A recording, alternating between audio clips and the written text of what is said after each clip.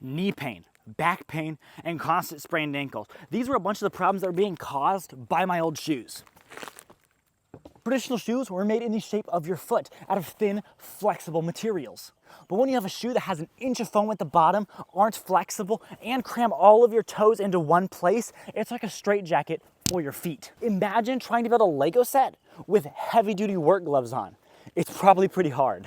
And that's what it's kind of like wearing modern shoes. With these modern shoes, your feet have to do hardly any of the work because they're at such an aggressive slant, you pretty much just step and roll. Your foot doesn't even have to bend, and these shoes don't bend. Basically just become one of those rocking horses. So how do you fix that? First, you start making the shoes have a wide toe box that is foot shaped. Then you make the shoes as flexible as a tortilla. Want a taco?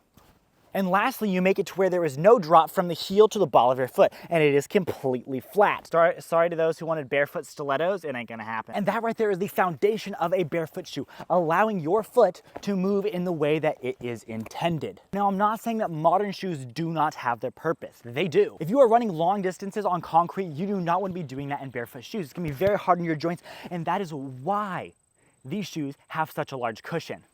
Shoes like these Adidas or Hoka's have become extremely popular. But the thing is, people aren't just using them for running and downhill running, which they were basically intended for. People are wearing these things every single day for their walking. Actually, scratch that. They're rocking. But even these, I probably wouldn't wear these shoes because they cram my toes into each other and they hurt each other and I get blisters from my toes cramming into each other. So I might get a wider toe box version. The problem with these shoes is that people are wearing them all the time. I do think they have their purpose, but their purpose is not as an everyday shoe. Now, people say all the time that if you wear barefoot shoes, you get injured. And the answer is yes, but no. If I happen to break my arm and my arm has to be in a cast for the next 6 months, as soon as I get that cast off 6 months later, I am not gonna go to lifting 60-pound dumbbells. Because that would be stupid, because my arm hasn't been in commission for 6 months and I'm gonna need to work back up to that strength. Same with your feet. When you've been wearing shoes that constrict how your feet move and you aren't using all of the muscles in your feet aren't going to be as strong as they need to be walking barefoot all the time. So the same way, if I start lifting 80-pound dumbbells as soon as I get my cast off, I'm probably gonna get hurt. And the same thing with barefoot shoes. If you jump headlong without any preparation or without any transition, then you could possibly get hurt too. When you're wearing barefoot shoes, you are using some entirely different muscles that you aren't normally using. And if you overwork those muscles, of course you can get hurt. But if you take the time to transition to barefoot shoes and listen to your body, it can be pretty amazing. The first thing you're gonna notice with barefoot shoes is you can't heel strike as hard. Because if you're heel striking really hard on a hard surface, you're going to feel that. Whereas when you have an inch of foam underneath your foot, you don't. So you're gonna probably want to modify your steps to where it's a little bit of a lighter heel strike and you're probably landing more on the middle of your foot. Something a lot of people notice when they transition to barefoot shoes is that their calves get sore. Now, I basically never had sore calves in my entire life. It's all genetics, but they're beefy. At least so people say. But calf soreness is something that people often complain about when they first started wearing barefoot shoes. For me, my feet would just get kind of sore. They would get kind of tired. And then that is where you should listen to your body.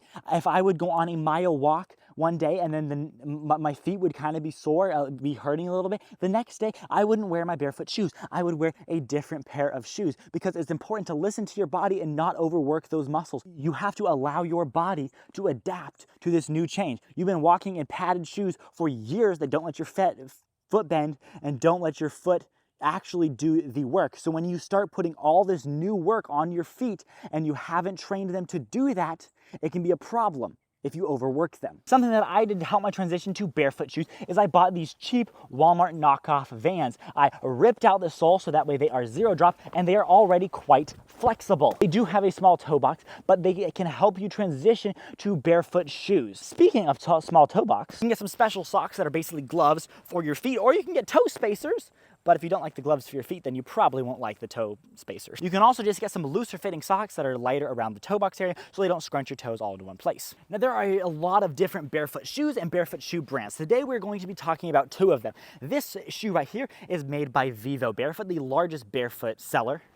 And this is made by a much smaller company called Freet. The Vivo Barefoot is made almost of entirely recycled plastic, which they boast is eco-friendly, but at the end of the day, it is still plastic, and if you're trying to decompose this versus leather, the leather's gonna decompose much faster. The synthetics in this shoe also just hold on to smells like crazy. These are my brother's shoes, and my goodness, I almost gassed my car out bringing them over here. And this is the Barefoot shoe by Freet, which is made out of leather, which has a bunch of advantages that I'll talk about a little later. Now, these Vivos and this Freet shoe are the same age. My brother and I bought these at the exact same time, and if you look at the sole, there is a very big difference. First, here is the Freet sole. If you look, there is some texture on the sole that is still not come off. These soles have held up amazingly well, unlike the Vivo Barefoots. If you look here, he has rubbed completely smooth. It feels a lot thinner, and right here at the heel, I think if I push a little harder, I could probably punch my finger through the sole. And while Barefoot shoes have a thinner sole, and it's gonna be more of a problem wearing through them, it also just seems to be a Vivo problem. This is another pair of Vivos that my brother had, and they just completely wore out. It's pretty crazy to see that these soles are the same age,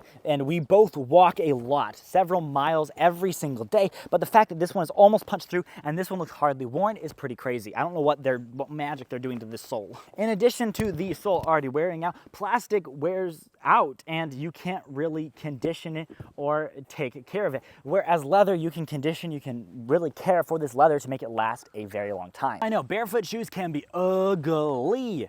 I don't really like ugly shoes any more than the next guy. You have the toe shoes, and then some just straight up look like clown shoes. There are a bunch of brands making barefoot shoes that look a lot like normal shoes. Feel Grounds is a great example of making shoes that look pretty normal to the eye. And even with these Freet shoes, I've gotten a lot of compliments about them. People saying, hey, what shoes are those? And I say, they're a barefoot shoe made by Freet. And they say, wait, that's a barefoot shoe? And I'm like, yeah, because it doesn't look that out of place. And this one is even slightly more dressy. Certain companies also sell even more dressed up barefoot shoe options too. Now, I teased at the beginning of the video that I had back pain and knee pain and a bunch of sprained ankle. My back pain has gone away. I no longer have knee pain, and my rate of me getting sprained ankles has gone down dramatically. I was getting a sprained ankle 1 to 2 times a month, and I have not gotten a single sprained ankle since I have transitioned to barefoot shoes. Now, if you are looking to get a pair of barefoot shoes yourself, here's what I recommend.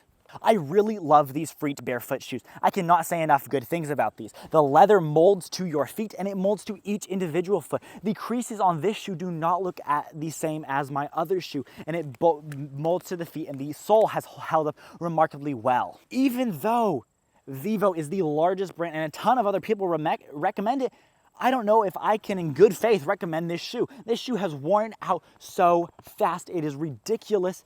Barefoot shoes aren't exactly cheap. I think this one right here costs close to $150. This shoe right here is on sale for regularly for $125. It's amazing how this shoe has just fallen apart. The complaint about barefoot shoes is that they do not provide enough protection in a work environment. But I have these right here. These are the Gym Green Barefoot African Trooper boots. And if you want to see a full review of this boot and why it's so insane, click the video right up here.